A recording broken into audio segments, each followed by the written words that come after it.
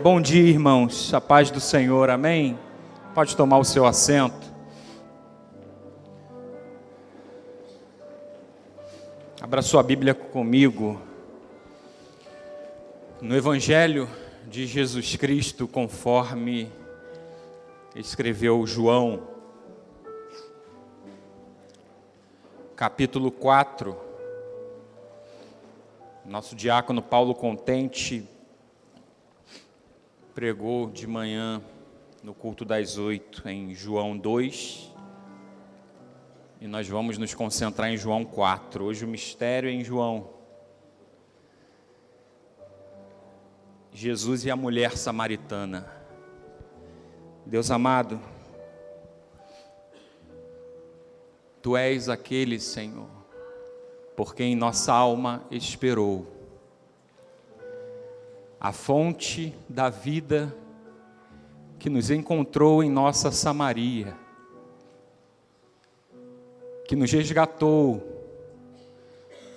que nos comprou, nos limpou, nos justificou e nos fez assentar contigo nas regiões celestiais em Cristo. Fala com teu povo nessa manhã, Senhor. Assim como tu tens falado desde o culto das 8 horas, nós pedimos que o Senhor continue a falar para a edificação da tua igreja, para fortalecimento do teu povo, em nome de Jesus, amém? Nós temos alguém nos visitando nessa manhã, pela primeira, segunda ou terceira vez. Alguém nos visita? Temos algum visitante?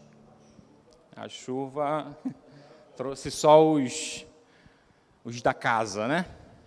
Vamos lá, então vamos. Diz assim João 4.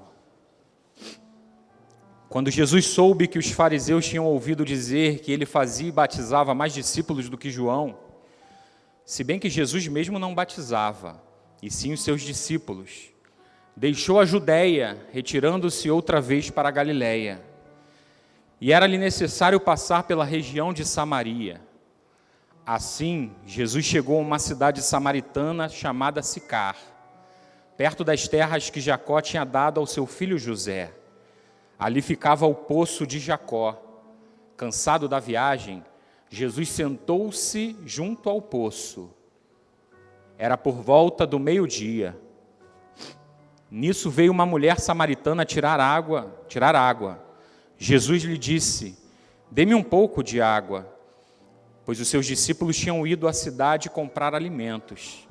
Então a mulher samaritana perguntou a Jesus: "Como, sendo o Senhor um judeu, pede água a mim, que sou mulher samaritana?" Ela disse isso porque os judeus não se dão com os samaritanos. Jesus respondeu: "Se você conhecesse o dom de Deus e quem é que está lhe pedindo água para beber, você pediria e ele lhe daria água viva." Ao que a mulher respondeu: "O Senhor não tem balde e o poço é fundo. De onde vai conseguir essa água viva? Por acaso o Senhor é maior do que Jacó, o nosso pai, que nos deu o poço, do qual ele mesmo bebeu, assim como seus filhos e o seu gado?" Jesus respondeu: "Quem beber desta água voltará a ter sede, mas aquele que beber da água que eu lhe der nunca mais terá sede. Pelo contrário, a água que eu lhe der será nele uma fonte a jorrar para a vida eterna." A mulher lhe disse: "Senhor, quero que me dê essa água para que eu não mais tenha sede nem precise vir aqui buscá-la." Jesus disse: "Vá, chame o seu marido e volte aqui." Ao que a mulher respondeu: "Não tenho marido." Então Jesus disse: "Você tem razão ao dizer que não tem marido, porque já teve 5 e esse que agora tem não é o seu marido. O que você disse é verdade." A mulher então lhe disse: "Agora eu sei que o Senhor é um profeta. Nossos pais adoravam neste monte, mas vocês dizem que em Jerusalém é o lugar onde se deve adorar." Jesus respondeu: "Mulher, acredite no que digo. Vem a hora em que nem neste monte nem em Jerusalém vocês adorarão o Pai. Vocês adoram o que não conhecem, nós adoramos o que conhecemos, porque a salvação vem dos judeus. Mas vem a hora, e já chegou, em que os verdadeiros adoradores adorarão o Pai em espírito e em verdade, porque são esses que o Pai procura para seus adoradores. Deus é espírito e é necessário que os seus adoradores o adorem em espírito e em verdade. Vamos ficar por enquanto aqui e você deixe sua Bíblia aberta. O tema da mensagem de hoje é um encontro em Samaria. Nós pregamos algumas semanas passadas que dizia a fome em Samaria. E hoje nós vamos pregar sobre um encontro em Samaria. E eu queria começar dizendo que o Evangelho de João é um verdadeiro manancial para a igreja. E eu digo Evangelho de João por força do hábito. E provavelmente você me ouvirá usar muito essa expressão ao longo da mensagem. O Evangelho de João. Assim como por força do hábito também nós costumamos dizer que existem 4 evangelhos. Mas na verdade, irmãos, o que existe é apenas um evangelho. Não existem evangelhos ou um evangelho. Existe o evangelho. Apenas um evangelho, que é o evangelho de Jesus. E esse evangelho de Jesus, ele é narrado por 4 evangelistas. Então os 4 evangelistas falam acerca do mesmo evangelho, é a mesma mensagem. É a pessoa de Cristo sendo apresentada sob prismas diferentes, porque os evangelistas tinham propósitos e públicos diferentes para alcançar. Ok? Então nós temos apenas um evangelho. E não é o evangelho de João, não é o evangelho de Marcos, não é o de Lucas e não é o de João. É o evangelho de Cristo Jesus, segundo o relato de Mateus, Marcos, Lucas e João. Até aqui, ok? Tudo bem? Então vamos lá, o evangelho de Jesus, segundo o relato de João, é um evangelho posterior ao de Mateus, Marcos e Lucas. João, quando escreve o evangelho, Mateus, Marcos e Lucas já circulava em grande escala. O evangelho já era difundido. João escreve então o evangelho e sente a necessidade de escrever o evangelho de Cristo, porque a igreja no final do 1º século estava sendo atacada por uma doutrina e por uma heresia chamada gnosticismo. Então o evangelho de João, entre aspas, é uma resposta da igreja àquela heresia. O evangelho de João é um manancial para a igreja, para dizer que o seu Cristo era um Cristo vivo, era um Cristo que veio em carne, que pagou o preço dos nossos pecados e que, portanto, aquela heresia não fazia sentido. Entre muitas heresias do gnosticismo, para você ter uma ideia, algumas delas diziam e duvidavam da encarnação de Jesus. Para o gnosticismo, Jesus não havia encarnado. Jesus era uma espécie de espírito, um espectro evoluído. E se Jesus não encarnou, e se ele não veio em carne, ele não pode ter carregado no seu corpo o meu e o seu pecado. Olha o perigo que a igreja estava vivendo. O gnosticismo também não acreditava na morte e na ressurreição de Jesus. Eles duvidavam do advento da ressurreição. E o apóstolo Paulo vai dizer, se Cristo não ressuscitou, é vão a nossa fé. Se Jesus não ressuscitou, é em vão você estar aqui nesse domingo de manhã cultuando. Porque você estaria cultuando a um Deus que está morto. O Evangelho de João é uma resposta ao gnosticismo. Essa heresia que estava indo no pilar da fé cristã e que estava implodindo a igreja por dentro. Os teólogos costumam dizer que nenhum inimigo chegou tão perto de destruir a igreja ao longo dos séculos do que essa heresia, do que o gnosticismo. E olha que ao longo dos séculos a igreja foi atacada, irmãos. E eles dizem que nem mesmo o Império Romano e seus Césares, e seus imperadores chegaram tão perto de destruir a igreja. Porque quando o ataque vinha de fora, quando a perseguição vinha de fora, a igreja crescia. Quando o Império Romano lançava os crentes aos leões no Coliseu, quando Roma queimava os crentes em praça pública, porque não se dobravam diante de César, aquela ação que aparentemente visava acabar com os crentes, virava um testemunho para alguém que via que Deus é esse que essa pessoa conheceu, que ela está sendo capaz de ser queimada viva e não negar esse Jesus Cristo que ela crê. E isso fazia o quê? Testemunho de vida, poder de Deus. A igreja ia crescendo. Quanto mais eles atacavam a igreja, mais a igreja crescia.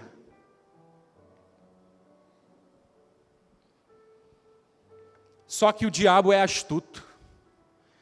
E ele percebe que não adianta atacar de fora, então ele se infiltra dentro. Ele coloca uma erva daninha no meio da igreja. E silenciosamente, sem dar um tiro, sem matar fisicamente um crente, ele começa a matar a igreja de dentro para fora. Um evangelho sem Cristo é um evangelho falso. Um evangelho que não está centrado na pessoa, na obra, na morte e na ressurreição de Jesus Cristo, não é um evangelho verdadeiro, irmãos. E o diabo muitas vezes se infiltra nas igrejas e vai disseminando falsos evangelhos, e vai anestesiando o povo, e vai dando ao povo aquilo que o povo quer.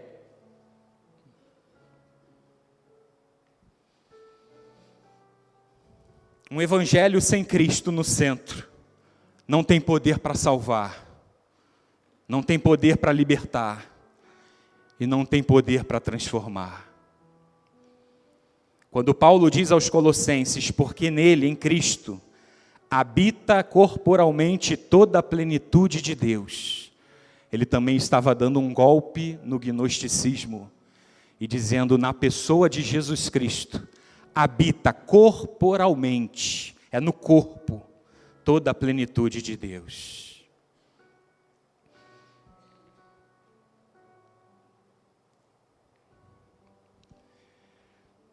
A igreja precisa estar apoiada na pessoa de Jesus. A sua vida precisa estar apoiada unicamente na pedra angular que é Jesus Cristo e nas suas promessas. É isso que vai te manter de pé diante dos ataques do diabo. Vivemos dias difíceis, irmãos, onde as pessoas estão atrás de um evangelho que lhes faça sentir melhor, onde as pessoas estão buscando alívio para as suas dores, dilemas e angústias, onde as pessoas buscam sentar em um auditório e ouvir uma palavra que lhes dê ânimo, que lhes faça sentir melhor, que lhes faça ter mais esperança em si mesmo. Não querem mais ser confrontadas pela palavra, não querem mais ser confrontadas pela espada do Espírito. Não há mais a preocupação com a renúncia, com o arrependimento, com a abnegação. As pessoas querem somente se sentir bem, ouvir algo que lhes faça bem, que lhes faça rir. Diante de tanta angústia, dor, você quer dar um sorriso e, enfim, sentir algum alívio. Um evangelho água com açúcar, que vai te ludibriando, que vai te entorpecendo, que vai te fazendo tirar os olhos da sua principal doença, que é o pecado, que vai te tirando da rota.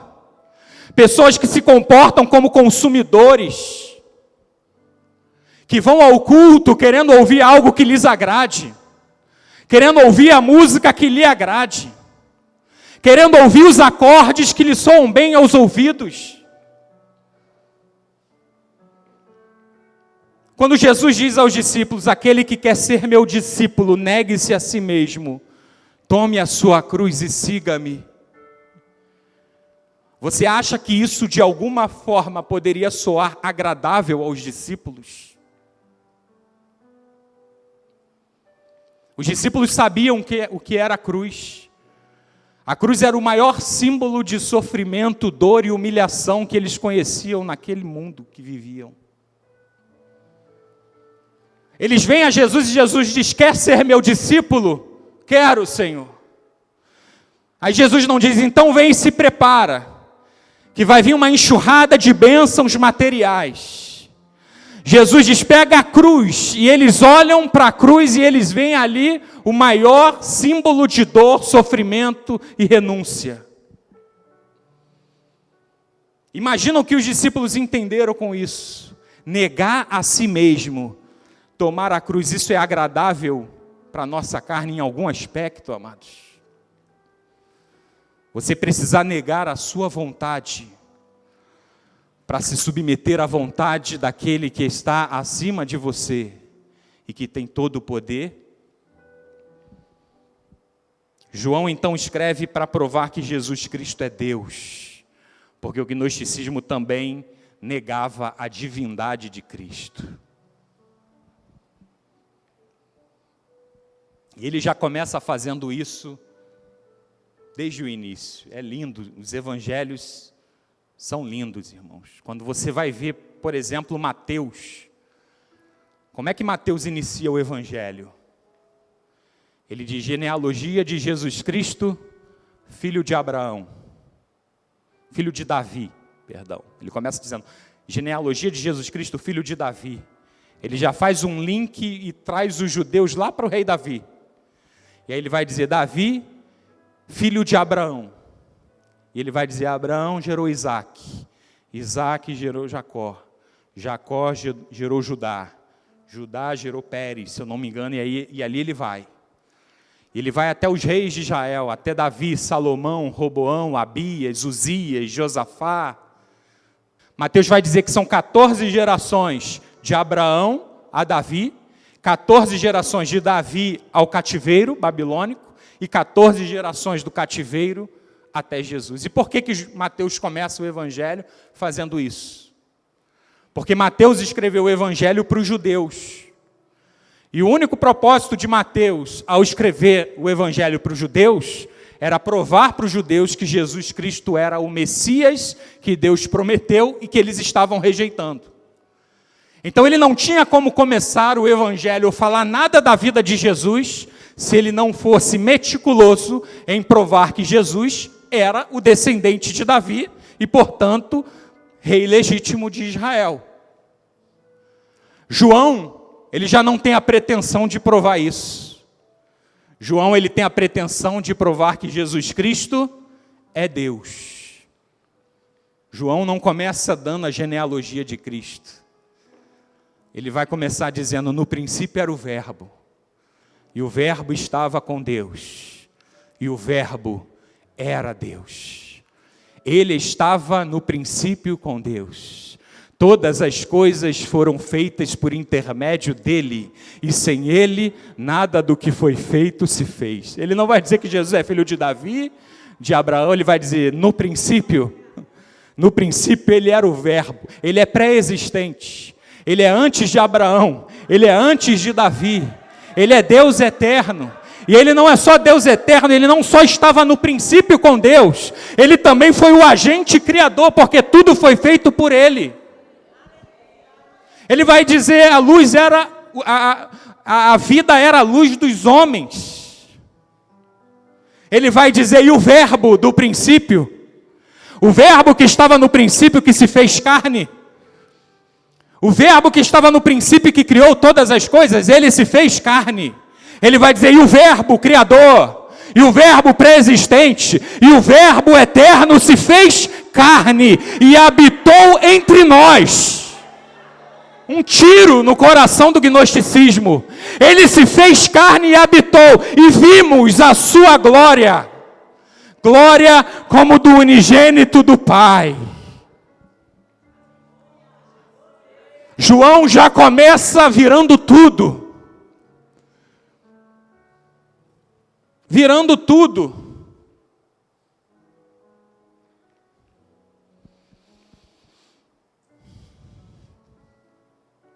João então prova que Jesus Cristo é Deus. E ele é bem cirúrgico em fazer isso. 90% do evangelho de João não está nos outros evangelhos. 90% do que está em João não está em Mateus, não está em Marcos, não está em Lucas.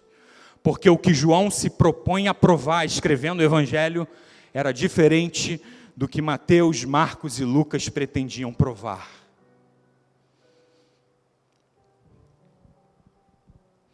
João se propõe a provar que Jesus não é apenas o Messias, não é apenas o descendente da tribo de Judá.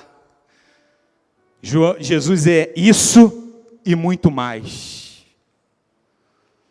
João sai da esfera terrena e vai para uma esfera celestial. Ele é o eterno, ele é aquele que era desde o princípio, aleluia.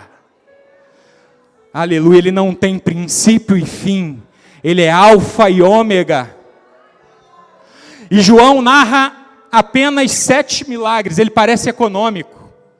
Enquanto Marcos é uma chuva de milagres, João cita apenas 7.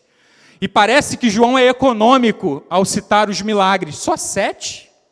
Ele mesmo disse que Jesus fez muitos outros, e que se fossem escritos, nem mesmo todos os livros do mundo caberiam tantos milagres que Jesus fez. E ele é seletivo, ele pinça 7. Porque João não vai em 7 milagres que Jesus fez. Ele vai em 7 sinais que Jesus operou, que provam aquilo que ele está dizendo no capítulo 1, de que Jesus Cristo é Deus. Ele não é apenas um operador de milagre.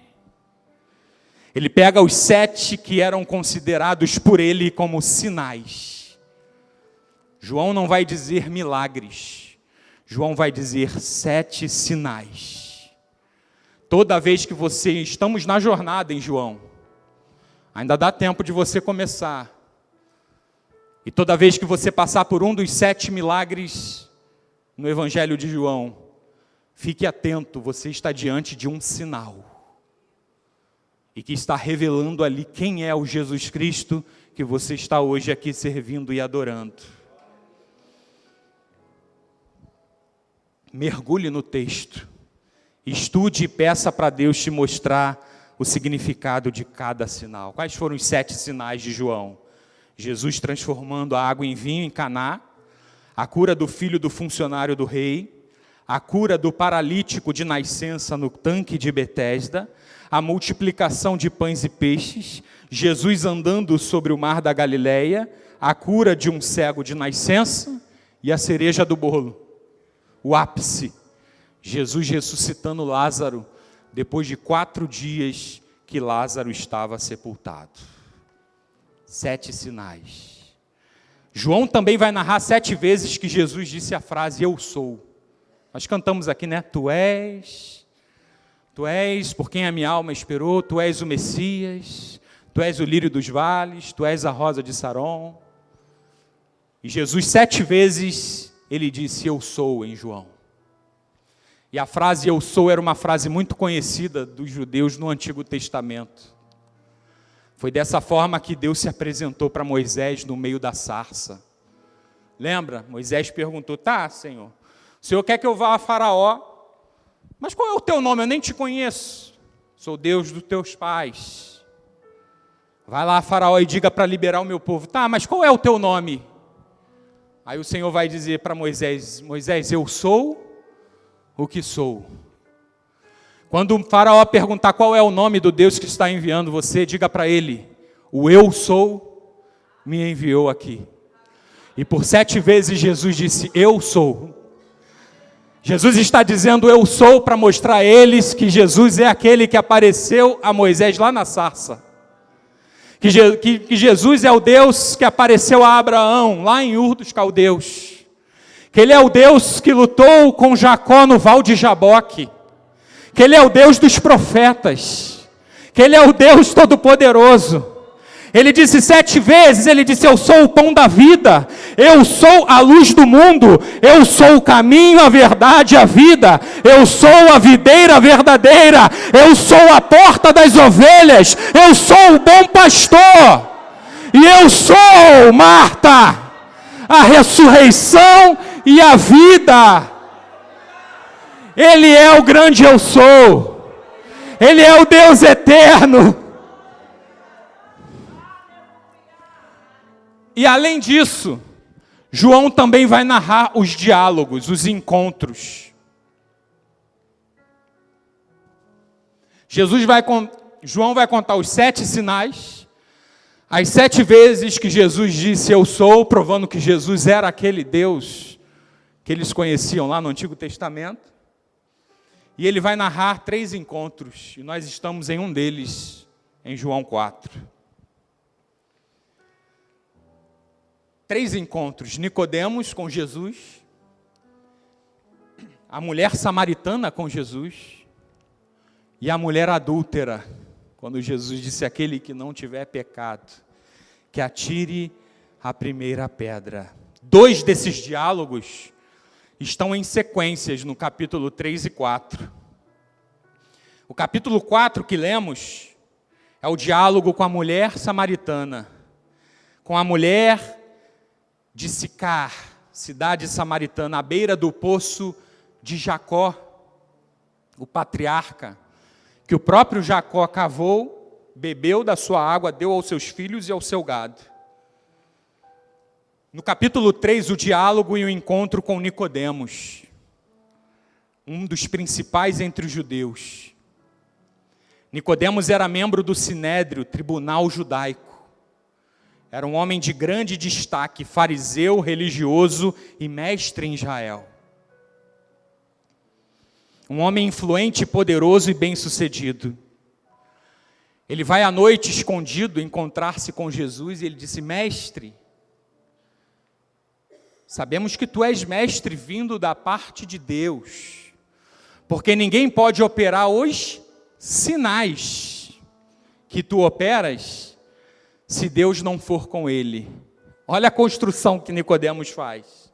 É até interessante. Ele até reconhece alguma coisa, mas ele reconhece que Jesus é um mestre e que ninguém podia fazer aqueles sinais se Deus não estivesse com ele. Na verdade, a interpretação certa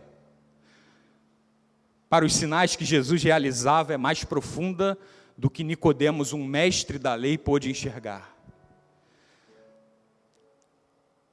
A visão correta seria mais ou menos assim: mestre, sabemos que tu és Deus, porque ninguém pode operar os sinais que o Senhor faz, se não for o próprio Deus. Ninguém pode ressuscitar um morto depois de 4 dias, senão o próprio Deus, Criador do universo e da vida. Ele diz apenas: sabemos que tu és mestre. Nicodemos tinha teologia, estudo, recursos, mas não recebeu a revelação do Pai acerca de quem ele era. Quando Pedro reconhece: tu és o Cristo, Jesus vai dizer: bem-aventurado Simão, filho de João, porque não foi carne e sangue que te revelou, mas meu Pai que está nos céus. Para ter a revelação de quem Jesus é, você precisa que o Pai te revele.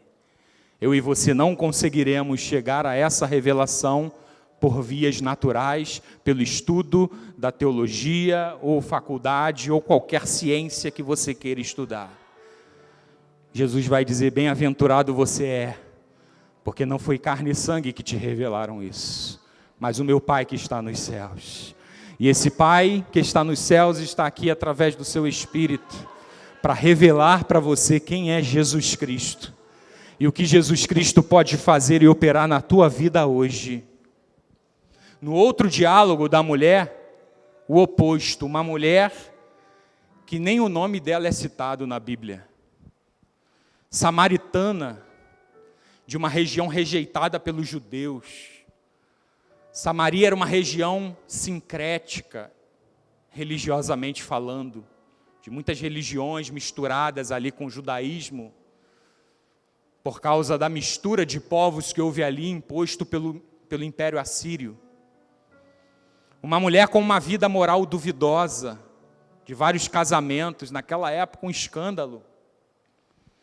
Nicodemos, um homem de reputação ilibada. A mulher samaritana, uma mulher desprezada. E o homem estudioso encontrou Jesus e saiu daquele encontro sem entender o que Jesus dizia. Mas a misericórdia de Deus fez Jesus ir em uma mulher desprezada e abrir o entendimento daquela mulher. E ela dizia: encontrei o Messias. Ela vai a Samaria e diz: encontrei. Vinde, vejam, eu encontrei o Messias. A princípio, nenhum dos dois entendeu o que Jesus estava dizendo, nem Nicodemos, nem a mulher, porque quando Jesus vem, ele vem no espiritual, né? Nicodemos vem e Jesus diz: importa nascer de novo. O que Nicodemos fez? Pensou no nascimento normal, a mulher grávida, e ele falou: Senhor, como é que pode? Só que Jesus estava falando de outro tipo de nascimento. Ele não entendeu. Quando Jesus diz: quem beber dessa água voltará a ter sede, quem beber da água que eu lhe der não terá mais sede, a mulher também não entendeu. Senhor, o Senhor não tem balde? Aonde fica essa água? Jesus não estava falando de água física. E Jesus vai costurando o diálogo, até que chega o ponto, ela diz: a gente sabe que vai vir o Messias. Quando ele vier, muitas coisas serão reveladas. Jesus diz: eu sou o Messias. Nessa passagem, Jesus está deixando a região da Judéia e está indo em direção à Galileia. Os primeiros versículos, 4, versículo 1, acompanhe comigo. Quando Jesus soube que os fariseus tinham ouvido dizer que ele fazia e batizava mais discípulos do que João, se bem que Jesus mesmo não batizava e sim seus discípulos, deixou a Judéia, retirando-se outra vez para a Galileia. E o versículo 4, e era necessário passar por Samaria. Veja que interessante, irmãos. Jesus está na Judéia. A Judéia era uma região ao sul do território de Israel, onde ficava Jerusalém. Jesus está deixando a Judéia ao sul e está indo para a Galileia, que ficava no norte do território de Israel. E a região de Samaria era uma região central, que ficava entre a Judéia e entre a Galileia. E olha como João ele é meticuloso em construir o texto. Ele vai dizer, ele está deixando a Judéia, indo para a Galileia, e era necessário passar por Samaria. E aí quando você vê João dizendo, é necessário passar por Samaria, você entende. Ok, Samaria está no meio. E aí você entende, então só havia um caminho, ou uma estrada, ou uma rota da Judéia para a Galileia. Porque para João dizer, ele sai daqui, vai para lá, e é necessário que passe por Samaria, se é necessário que passe, você acredita que há que não há outras opções, e que só há uma rota, o que não é verdade. Havia pelo menos mais 2 caminhos que os judeus faziam da Judéia para a Galileia e da Galileia para a Judéia. Em um deles, eles contornavam Samaria pelo deserto da Judéia e iam margeando o rio Jordão até chegar lá em cima. E esse caminho era o preferido dos judeus. E por que ele era o preferido dos judeus? Porque eles odiavam os samaritanos. O caminho por Samaria levava cerca de 3 dias. O caminho pelo deserto durava 6 dias, o dobro de tempo. Então toda viagem que o judeu fazia da Judéia para a Galileia, ou da Galileia para a Judéia, ele gastava o dobro de tempo, porque ele se recusava a passar por Samaria. E João vai dizer, era necessário passar por Samaria. E aí eu pergunto para você, por que era necessário passar por Samaria, se havia outra rota e outro caminho preferido dos judeus e dos discípulos.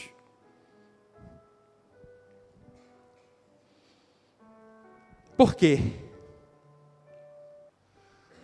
E essa necessidade de Jesus passar em Samaria não era uma necessidade geográfica, não era uma necessidade logística, não era uma necessidade de ganhar tempo, até porque se você ler o capítulo até o final, vai dizer que no final Jesus se demora 2 dias lá, então o tempo que eles ganharam, eles perderam, entre aspas. Era uma necessidade da graça. Havia um povo que, por mais que fosse rejeitado pelos judeus, Jesus queria alcançar e salvar. O diácono Paulo Contente falou de manhã que Jesus tem uma agenda.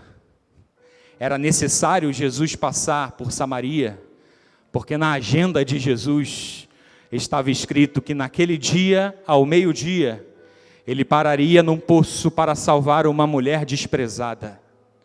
E Jesus vai seguir o caminho da sua graça, mesmo que esse caminho incomode os seus discípulos, mesmo que esse caminho e essa rota gere questionamentos. Mas o mestre sabe que a gente não gosta de passar por aqui, o mestre cisma de ir por aqui. Mas o mestre, não sei, esse povinho aí de Samaria, esse povo não merece a gente. Eu não gosto, eu não me sinto à vontade. E a agenda de Jesus diz, mas você vai passar por lá. Porque quem está no controle, no comando da sua vida, tem uma agenda, e ele diz nessa agenda que existe uma mulher ali que você precisa alcançar. Não gostamos de ir por ali, mas eu não gosto, eu prefiro evitar. Eu odeio esse caminho. Nós estamos dispostos a andar o dobro do caminho para não precisar passar por Samaria. E Jesus vai dizer, mas é necessário passar em Samaria. Você não quer passar essa dor. Você não quer passar esse vale. Mas Jesus está dizendo, eu estou na frente, eu estou conduzindo e é necessário você passar. Às vezes Jesus nos conduz por caminhos que não queremos. Caminhos não convencionais para você, caminhos não agradáveis aos seus olhos. A primeira coisa que aprendemos hoje é, Jesus tem uma agenda, e Ele não vai mudar a agenda dele por minha causa. Jesus tem um plano, e Ele diz, aquele que começou a boa obra vai completar. Ele não vai mudar a rota, Ele não vai mudar a agenda. Jesus é mestre e Senhor. 3 anos e meio de ministério de Jesus, você não vê Jesus atrás dos discípulos e os discípulos conduzindo, Jesus está na frente, vamos para a Judéia, então vamos. Acorda o dia seguinte, mestre, para onde vamos hoje? Vamos para Galiléia, então vamos. Dia seguinte, mestre, para onde vamos? Para Gadara. Gadara, Senhor, fora de Israel tem um endemoniado lá, vamos.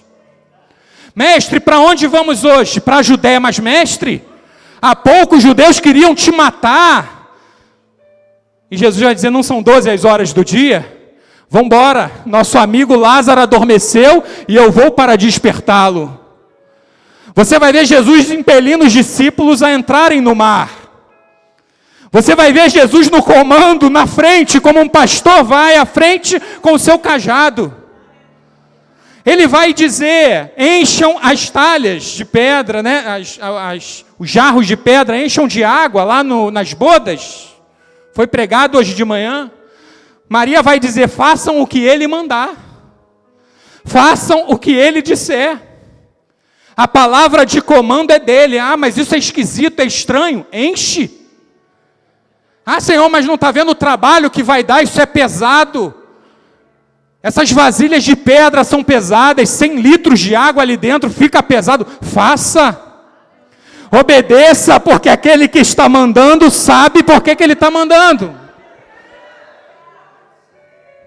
Mas Senhor, que ordem mais sem cabimento, olha o trabalho, olha o peso, Senhor, olha a dor, olha a lágrima, meu irmão, obedeça. Se Ele está na frente da tua vida conduzindo, obedeça. Senhor, eu não entendo porque eu tenho que passar em Samaria, mas se o Senhor está dizendo, eu vou. Eu vou. Por que é necessário passar por ali? Porque está na agenda de Jesus. E isso basta para a igreja. Senhor, se está na tua agenda, nos basta. Eu não entendo por quê. Eu não estou vendo lógica. Simão, quando eras jovem, tu te cingias a ti mesmo e andavas por onde queria. Quando fores velho, você estenderá as mãos para que outro te cinja e te levará por onde não queres, Simão. Outrora, você se cingia a si mesmo e andava por onde queria. Mas agora tu tem um Senhor e Rei. E é Ele que conduz a sua vida pelos caminhos que Ele quer. Você pode dizer amém? Você pode dizer glória a Deus? Você pode aplaudir ao Senhor? Não era uma necessidade logística, era necessidade da graça.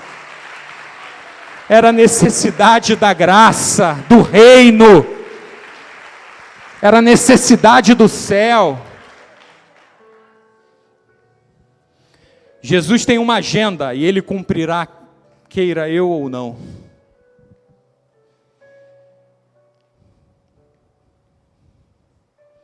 A pergunta deve ser: é Jesus que está guiando a minha vida?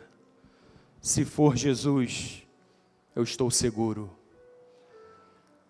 Davi vai dizer: ainda que eu ande pelo vale da sombra e da morte. Irmão, ele está dizendo: olha, o Senhor é meu pastor. O Senhor é meu pastor. O que o pastor faz? Guia. Aí depois ele diz: ainda que eu ande pelo vale da sombra da morte. Mas se o pastor, o Senhor é o pastor, quem é que está guiando ele ali? Quem é que está levando ele por aquele caminho sombrio? Mas Davi olha e vê que é o pastor que está na frente. Então, ainda que eu ande e que eu passe, não temerei mal algum, porque tu estás comigo.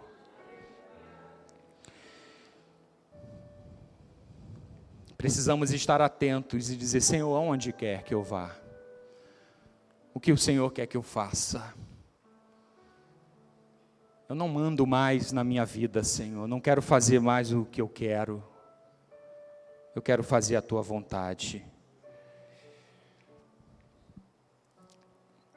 Interessante que a princípio pensamos que a necessidade de passar por Samaria era salvar a mulher. Até era. Só que Jesus não está indo a Samaria salvar a mulher. Jesus está indo a Samaria salvar a cidade. Ele está usando a mulher, salvando e transformando a mulher, para que ela vá e traga uma multidão de gente até Ele. Jesus não está indo somente salvar ela.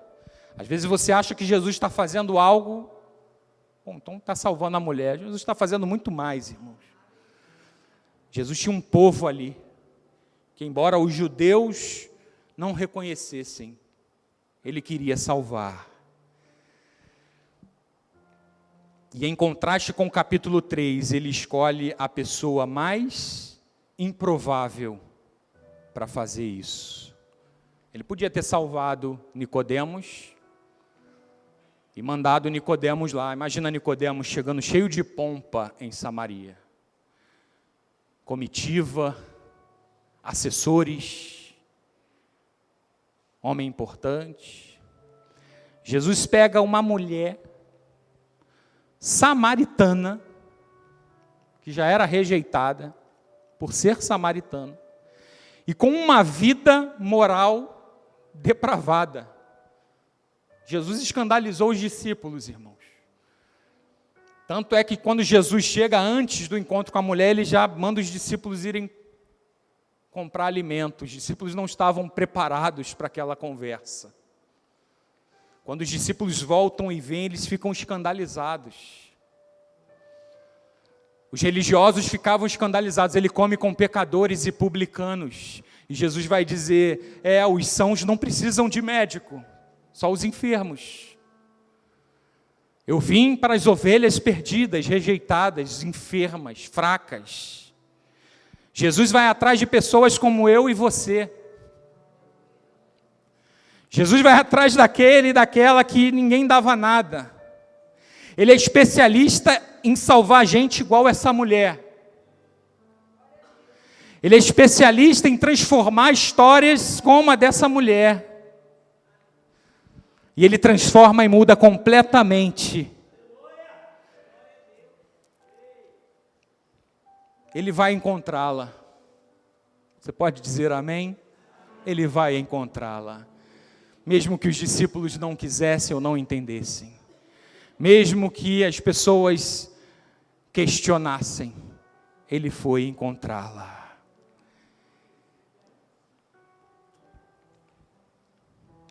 Você não encontra Jesus. É Ele que te encontra. Foi Ele que deixou as 99 no aprisco e foi atrás de você. E colocou você nos ombros, caído, quebrado, e trouxe você para o aprisco e curou as suas feridas. Tem uma frase muito corriqueira, eu não sei exatamente de quem é a frase para dar os créditos. Eu tentei encontrar, mas vi essa frase atribuída a várias pessoas. E ela diz assim: eu não encontrei Jesus, Ele me encontrou. Quem estava perdido era eu, e não Ele. Você só encontra aquele que está perdido. Jesus vai atrás e vai encontrar com aquela mulher. Acredita-se que aquela mulher chegava naquele poço por volta do meio-dia, né? É o horário aqui que João relata. E o poço naquela época, irmãos, era um local como se fosse um ponto de encontro mesmo. Os poços, eles eram ferramentas importantes para a agricultura, para os pastores trazerem os seus rebanhos. Esses poços, eles geralmente tinham nomes, tinham nomes. Esse era o poço de Jacó. Você vai ver lá no Antigo Testamento, as pessoas dando nome aos poços. E esses nomes serviam para marcar os encontros dos pastores. Olha, vamos às 5 da tarde nos encontrar no poço de Jacó para darmos de beber ao rebanho, e ali a gente termina o expediente. Então, assim como você dá um ponto de referência hoje em frente à igreja, em frente ao posto de saúde, antigamente era em frente ao poço. E Jesus está indo num lugar de encontro para encontrar com uma pessoa que ele já tinha na agenda o encontro marcado com ela, mas ela não sabia. E você vê que Jesus é tão tremendo que ele chega, versículo 6, ali ficava o poço de Jacó. Cansado da viagem, Jesus sentou-se junto ao poço. Era por volta do meio-dia. Nisso veio uma mulher. Jesus chegou na hora certinha, irmãos. E você vê que a pontualidade de Jesus, ele sempre chega antes. Você que acha que ele chegou depois. A Bíblia diz que Jesus chega, dispensa os discípulos, se assenta e a mulher aparece e chega. Ele saiu da Galileia na hora certinha, para chegar lá em Sicar na hora certinha, porque ele sabia que naquela hora aquela mulher chegaria. E você sabe por que ela chegava ao meio-dia? Porque meio-dia não era um horário comum de se ir ao poço pegar água por causa do sol escaldante. Acredita-se que ela ia ao meio-dia para fugir das aglomerações, dos julgamentos, das conversas, das pessoas com um olhar de rejeição. Então aquela mulher enfrentava um sol escaldante, porque ela tinha o que hoje a psicologia ia diagnosticar como fobia social. Sabe aquela fobia que você tem, não querer ir para a academia no horário que está lotado? Aí você geralmente vai o quê? Meio-dia. Meio-dia geralmente está mais vazio, não é isso? Aí você vai à noite, quando você vai à noite, você vê aquela multidão, e você já dá meia volta e desiste. E você vai no mercado dia 25 do mês, porque está mais vazio, você não quer aglomerações, fila. Aí você fica lá na fila com fone de ouvido, igual uma estátua, para ninguém falar, né? E aí sempre tem alguém que puxa o assunto, não é isso? E geralmente o assunto que a pessoa puxa é para falar do preço. Está caro, né? Tomate está caro. Aí você fica lá, nem dá confiança, aí a pessoa já murcha, aí vira e procura outro, né? Tomate está caro, ela vai procurando até alguém para interagir. E se você der abertura, já era, a pessoa vai falar do preço do mercado inteiro. Essa mulher corria disso. Ela corria. Ela preferia andar sozinha, rejeitada. E um homem judeu pede um favor a ela. Aquilo era o maior absurdo, irmãos. Como sendo tu judeu, pede a mim, mulher samaritana.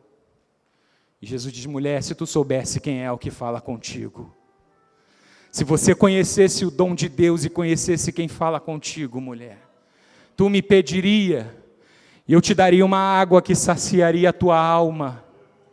E eu faria jorrar dentro de você um rio de água viva. Senhor, o Senhor não tem balde, diga-me onde eu preciso ir para beber dessa água. Quem beber dessa água voltará a ter sede, mulher. Voltará a ter sede. Jesus muda completamente a vida dela. Ela sai dali, depois de pouco tempo de conversa com Jesus. Ela é transformada e impactada de uma forma tão grande, que aquela mulher que fugia das pessoas e dos relacionamentos, ela sai correndo dali e vai falar com a cidade inteira, sem medo de julgarem ela, sem medo de não darem atenção. E mulher, sai para lá, quem é você para falar agora de salvação? Não importa, ela vai falar com todo mundo. Jesus já mudou, transformou e curou ela ali mesmo. Eu falei na reunião dos homens, no último encontro dos homens, e eu termino dizendo, é impossível você ter um encontro real com Jesus, e Jesus não transformar a sua vida por completo. Ter um encontro com o verdadeiro Jesus, e não ser mudado e não ser marcado, irmãos. E eu dei o exemplo de Jacó, lembra de Jacó? Jacó sai da casa de Isaac, seu pai, fugido do seu irmão. Esaú queria matar Jacó, porque Jacó roubou a bênção, entrou na presença de Isaac, se fez passar por Esaú, uma confusão tremenda, porque Jacó carregava uma marca na sua vida, o seu nome, né? Você é Jacó, você é trapaceiro, você nasceu agarrado no calcanhar do seu irmão, você desde cedo quer roubar a bênção, quer roubar o que é do outro, e Jacó cresceu com aquilo, ele queria ser Esaú. Ele queria ser Esaú. E Rebeca vai lá dar um jeito, coloca a roupa de Esaú, as peles de animais, o perfume de Esaú, e ele vai. E Isaac pergunta, quem és tu, meu filho?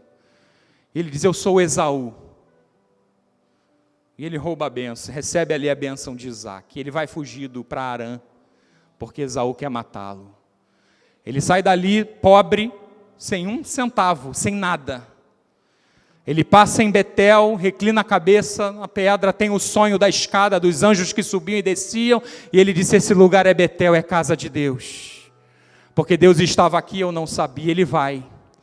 Lá ele é enganado por Labão, trabalha 14 anos por Raquel e Lia, depois trabalha mais 6 anos, depois de mais de 20 anos ele volta com 11 filhos, porque Benjamim nasce no caminho de volta, e ele volta rico. Só que ele ainda não tinha tido um encontro com Deus. Não adianta você ter filhos, casa e ser rico, e ter tudo o que essa vida pode te oferecer. Se você não tiver um encontro real com Jesus que mude a sua vida, você vai ser infeliz e vazio. E ele volta e ele encontra com o Senhor no Val de Jaboque. E ali ele luta com Deus. Uma noite inteira lutando pela bênção de Deus. E ele diz: não te deixarei ir enquanto não me abençoares.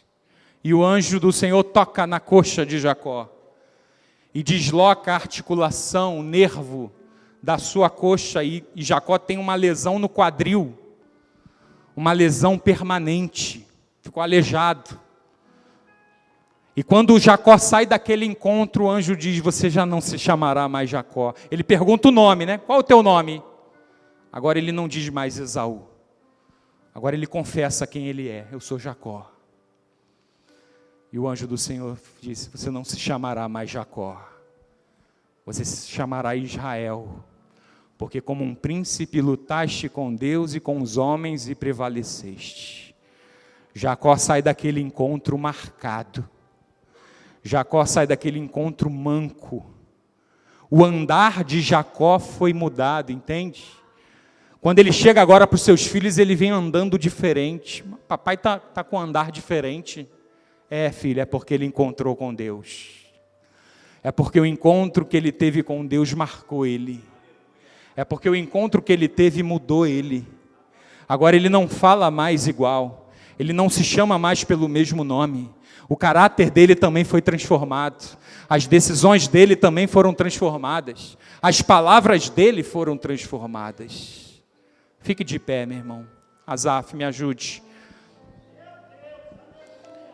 Eu disse também no encontro, pode ficar de pé, enquanto Asaf se posiciona,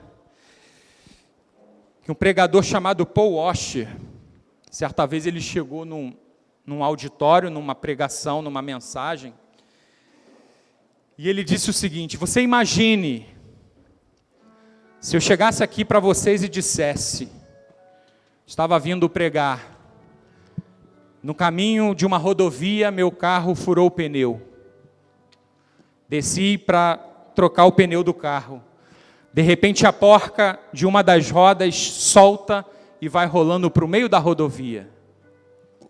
Distraído, fui buscar a porca.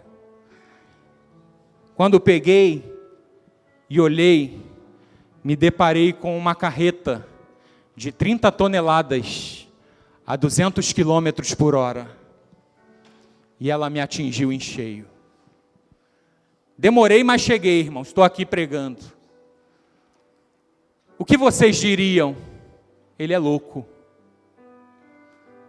Irmão Paul, você ficou maluco. Mas por que maluco?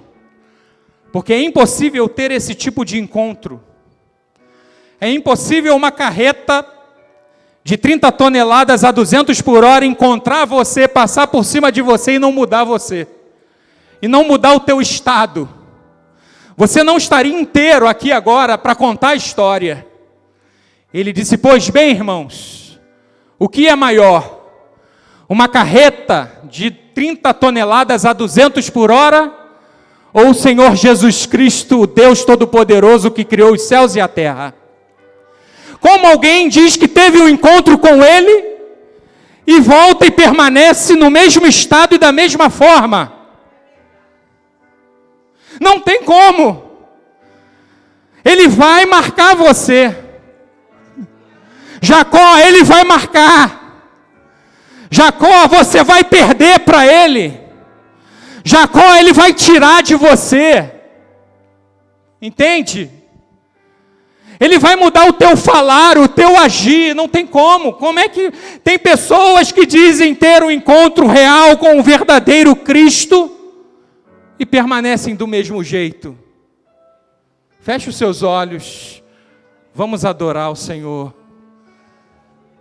vamos louvar. Por quem a minha alma esperou,